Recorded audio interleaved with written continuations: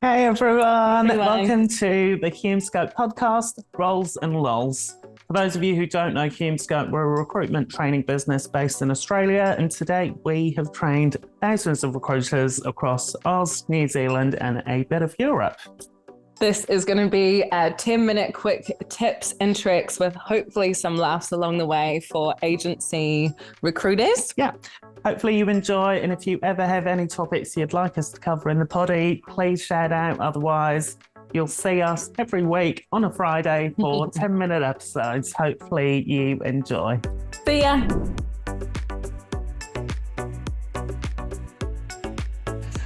Welcome back. We are back another week, and this one we wanted to, I guess, not dedicate to our consultants, but just. Dedicate to the consultants. Oh my god, now I can't speak. Dedicate to our consultants for the inevitable roller coaster that is recruitment. And I think, speaking from my own, and I'm sure you've done it too, there are months, quite literally, where it's a very, very good month, and then it's zero, and then it's amazing, and then it's zero. And it's a constant wave. Mm-hmm. And I think what we wanted to speak through today is how we make those waves more consistent or smaller. So you have a strong pipeline, you're feeling confident going into the next month, and know when to kind of, how to keep that consistent. Yeah, I think it's the eternal battle for recruiters. Yeah. And I have managed over 100 consultants in my career. Mm-hmm. And I would say 80% of those have been inconsistent billers. Now, I'm not talking they've done 100k zero, but some of them, most of them, have done, say, 100k quarter, and then they drop down to about 70. Yeah. They do another 100k, they drop down to 75. So it's inconsistent, and that can be quite daunting. And when we look at a market, certainly that we've had in the last year, and quite likely quite a lot of you will continue on for the next few months, how do you personally stay consistent? Yeah.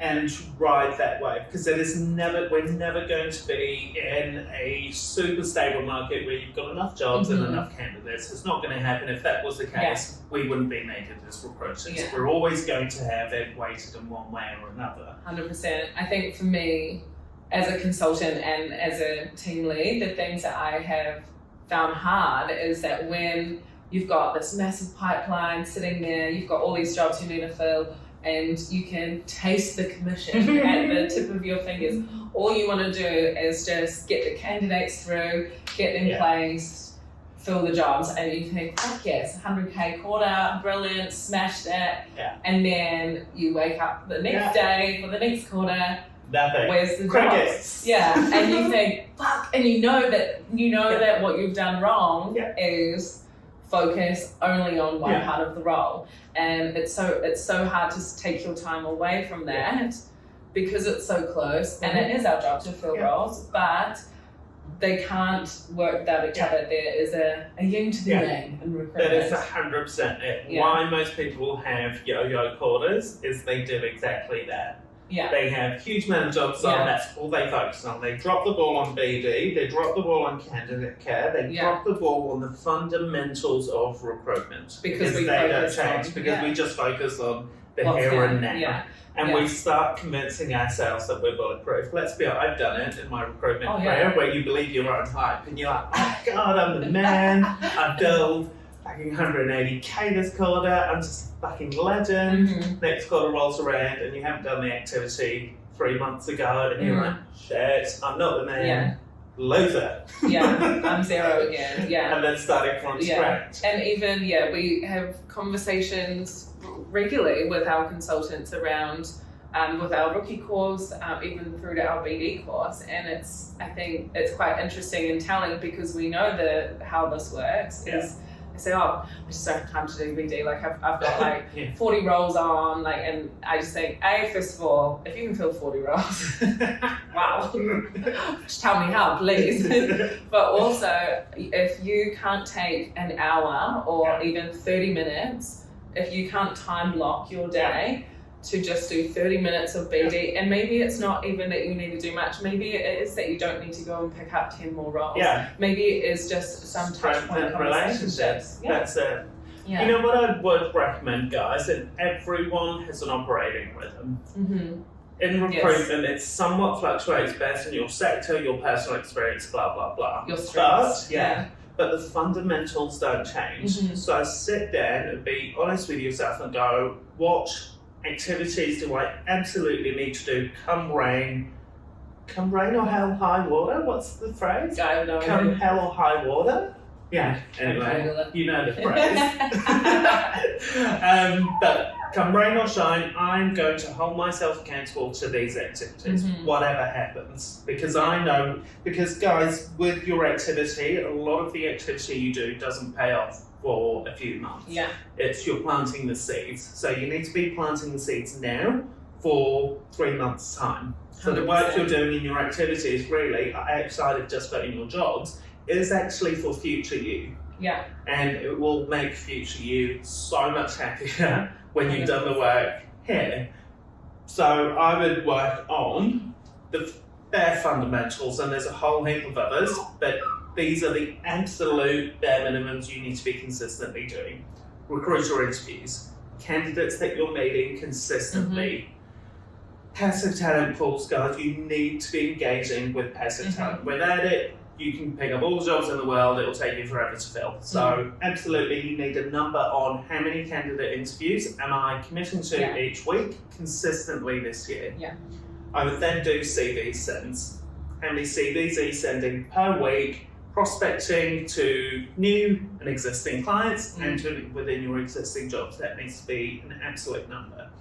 Candidate client interviews, how many are you committing to? For me, it used to be that 3 mark minimum per week. I needed 3 separate candidates at per interview every single week for me to hit my target. I worked out what my operating rhythm was. Client calls to existing and client calls to prospects. Now I'm not talking cold calls, you know we don't do cold calls, but it's those types of calls. Then I would do absolute, and this is probably one of the most important ones, is getting in front of existing clients and new clients. Don't just focus on new clients, guys. So many people just go, oh, I need more clients. And I'm like, let's see what you've got. Are you actually maximizing on the existing clients you have? And 9 times out of 10, you're not. And so a key focus on strengthening your existing relationships as well as prospecting to new and having a number on your client visits. 100%. Those would be my absolute minimums. Come rain or shine, you have to commit to doing them for yourself rather than your manager telling you to do 100%. And Tim, we are 360 recruiters that need to do 360 activity. And if we are dropping some of those things, the cycle or the flow ain't flowing. It ain't flowing. It's like a whale. It is, My visual is that what you were thinking? And I was like, oh, here comes the analogy. Here comes a visual from Lucy Graham. So true. I was picking up what you're putting down with the wheel. But it will fall short. And I think that's something that I would say to myself, say to our team, is that the activities, whether it is on a daily basis or a daily planner, you need to be hitting those targets.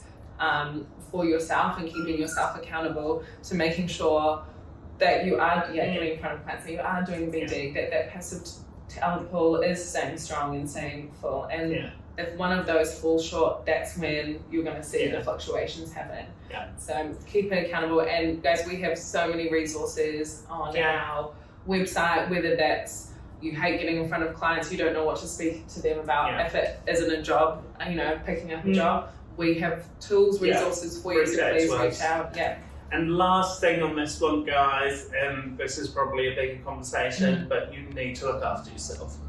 So broadly, do something that fills your cup. Because if you're constantly plugging away for 10 hours a day, hammering your job, and you're dropping the ball on your personal life, it will not work for very long, I can guarantee you. So whatever that looks like for you, whether it's gym, consistently going to the gym, it's meditation, it's gratitude, whatever it might be, work out what your rhythm is outside of work to keep the most important thing to you, your old mum, ticking and happy.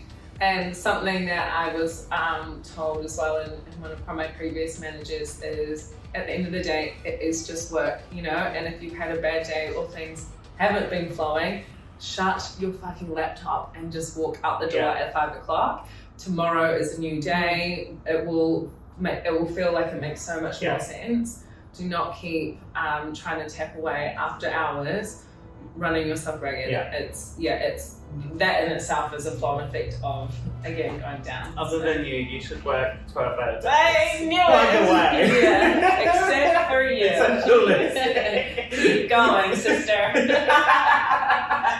Yeah, you literally woke up at 5:45 today, this morning, to do poddies. Committed to the grind. See you guys next week. See